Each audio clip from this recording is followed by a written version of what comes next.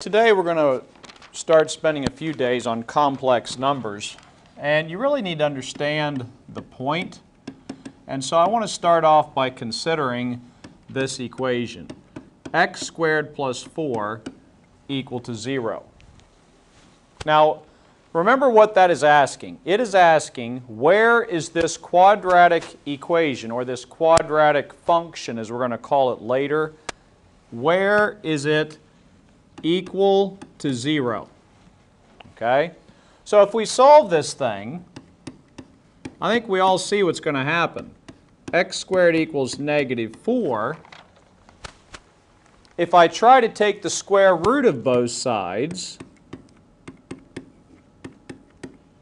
I have a problem. Okay? I can't take the square root of a negative. So we would say in this case that there are no real solutions. Okay, there's no real solutions, but there is an imaginary solution. Okay? There is what we call an imaginary solution. And there are whole classes in college that I took dealing tremendously with complex numbers. So we're just going to kind of hit the tip of the iceberg and learn our skills with it. But I want to come back to this function here for a second, this x squared plus 4. I told you that we have to always be looking at things analytically or algebraically. We have to be looking at things graphically. If I were to graph this quadratic, it would be a parabola that is moved up 4 units. All right? Now, if you remember what we've been doing the last few days with solving quadratic equations, right? When we solve them graphically, don't we look for where they hit the x-axis, right? When we did that graphically. And we also said that if I solve it algebraically, that that's corresponding to these points where it hits the x-axis, all right?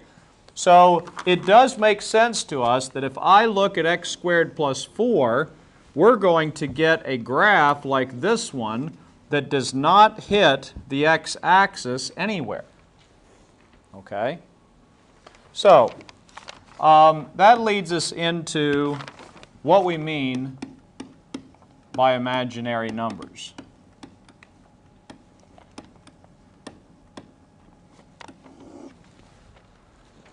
And no, we're not talking about dreamland here. We're talking about an actual mathematical definition. In the math world, the letter I is equal to the square root of negative 1. Okay? Which also means, and you probably need to put a box around both of these, also, that means that I squared is equal to negative 1. If you square both of them, right? If you square a square root, doesn't the square root go away?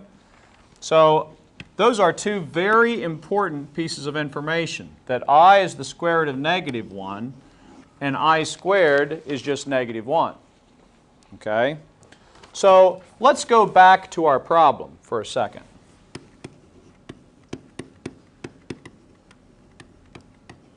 Let's go back to our problem that we started the day with. Okay? And I'm going to pick it up right here. All right? The square root of x squared equals negative 4. The square root of x squared equals the square root of negative 4. Well, if I know that I is the square root of negative 1, then we can use what we know about radicals to rewrite this as the square root of negative 1 times the square root of 4. Now remember, when we're solving a quadratic, we always have plus or minus. okay, plus or minus, on every quadratic. So when I have the square root of negative 1, don't I know that that's I, right? And what is the square root of 4? 2. So this is going to be plus or minus 2i. We call that, I kind of use the phrase, taking your I out, which I know sounds kind of gross, but we want to take, that's what we did right here. Take your I out, which I know sounds painful, but we're talking about the letter I, okay, the square root of negative 1. If you take your I out first, then things usually work pretty well. So now that we know that this is plus or minus 2i, we need to talk about what is a complex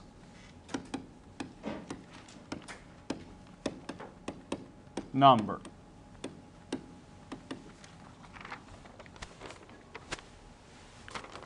Well, a complex number, by definition, we can just put def for definition, a complex number, we can use the number sign, has a real part and an imaginary part.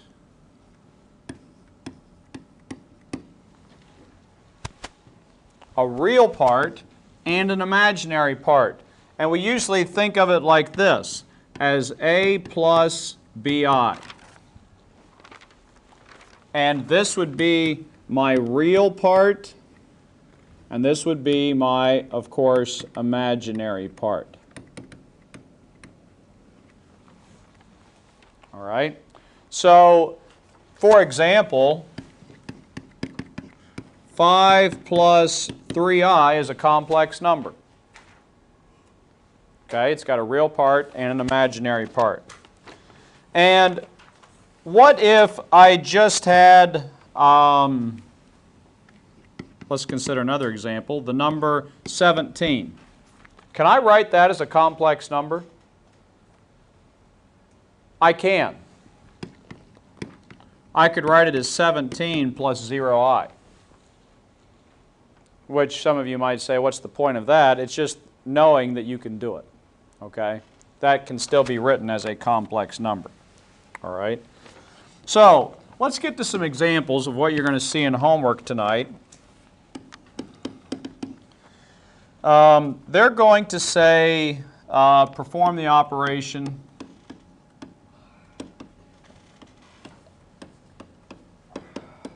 And then I think they want the answer in standard form. Okay? So some of them will be incredibly easy. Things like this one, 4 plus 7i plus 1 minus 6i. If they give you two complex numbers added together, all you have to do is combine the like terms. Okay? Since this is a plus, I can just drop the parentheses. 4 plus 1 is 5. 7 minus 6 is 1. So this is 5 plus 1i. Okay, it's just like combining algebra terms at that point. Just be careful, though, when it is subtraction, like this one, 1 plus 2i minus 7 minus 8i. On this one, you've got to be more cautious because it's subtraction. Some of us still mess this up with our signs. I would rewrite this one as 1 plus 2i minus 7 plus 8i. Remember my speeches I've given you about showing steps and how that saves you mistakes. So once we get it rewritten, then we can combine like terms. 1 minus 7 is negative 6. 2 and 8 make 10. Negative 6 plus 10i. Okay? Now, sometimes you'll have to multiply them. Like this one. 2 minus I, and you really need to pay attention to whether you are adding or subtracting like the last two problems, or whether we're multiplying like this one. If we're multiplying, do you think there's a rule we should use? FOIL. Doesn't it look like a binomial times a binomial? So we're going to treat it just like FOIL. Okay? So we want to use FOIL here. So 2 times 4 is 8. The outside is plus 6i. The inside is minus 4i. The last terms, this is where you need to be careful, is negative 3i squared. Okay? So you have to be careful with that, because now we have to go back to what we just learned a second ago. What is I squared? I squared is negative 1. So if you wind up with a negative 1 with an I squared, this is like negative 1. So this is going to become plus 3. And there is no more I there. The I is gone. So now you have 8 plus 2i plus 3. So that will be 11 plus 2i. When I said the I is gone, I was meaning here.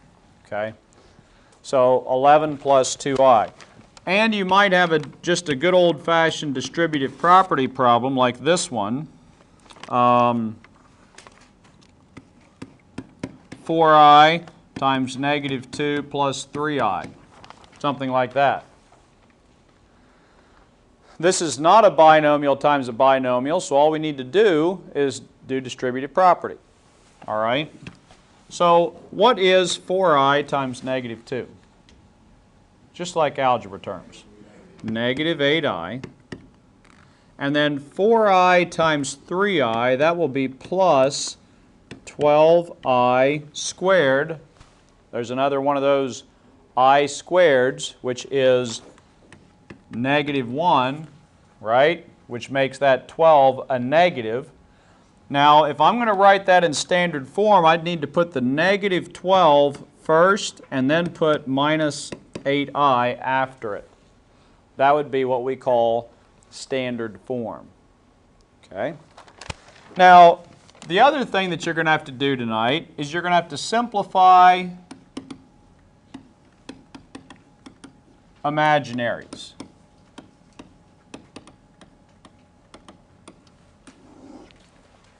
And the golden rule here is what I just told you a minute ago. Note, take your I out first. Like I said, sounds painful, but we're not talking about the human eye. Take your I out first.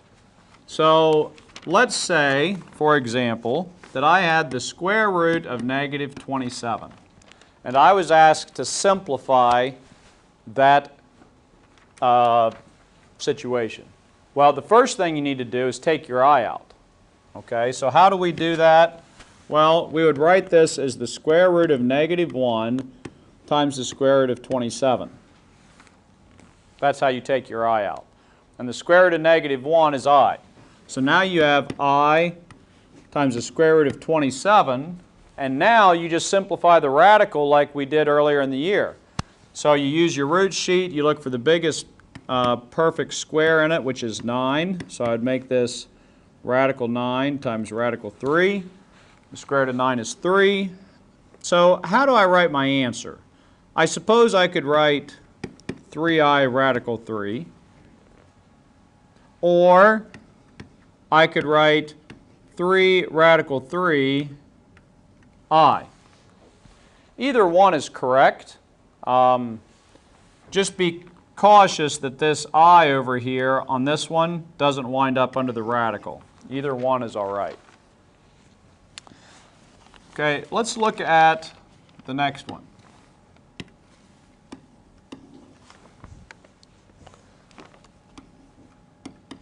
The square root of negative 3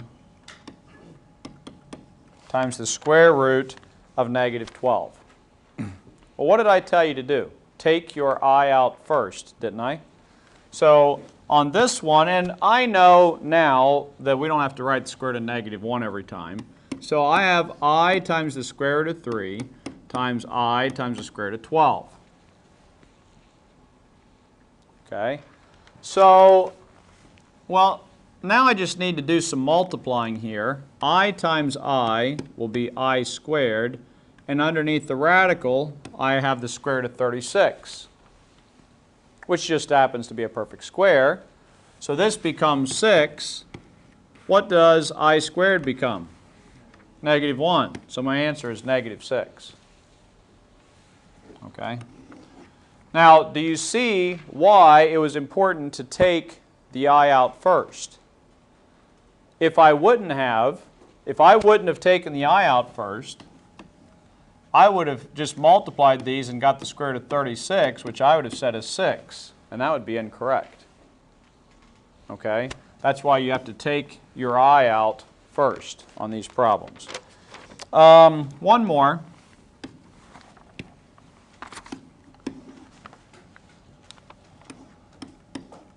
$10 plus the square root of negative 24 plus 5 minus the square root of negative 150. I'm going to pause the video and let you kind of start on this one for a second.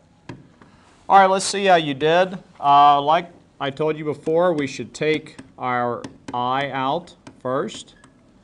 So since this is a plus, I can just drop the parentheses, 5 minus I times the square root of 150. I look for my biggest perfect squares in these radicals. So this will be I times the square root of 4 times the square root of 6.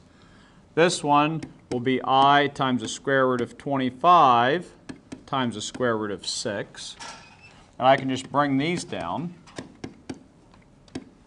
Okay? And now I have 10 plus 2I radical 6 plus 5 minus 5I radical 6. Now, it is important to combine your like terms. And how do I know if they're like terms? Well, they have to have the same radical and the same thing going on with I. Okay, so it looks like those two are like terms. So 2 minus 5 is negative 3. So that will be negative 3 I radical 6, or you could write negative 3 radical 6I. 10 plus 5 is 15.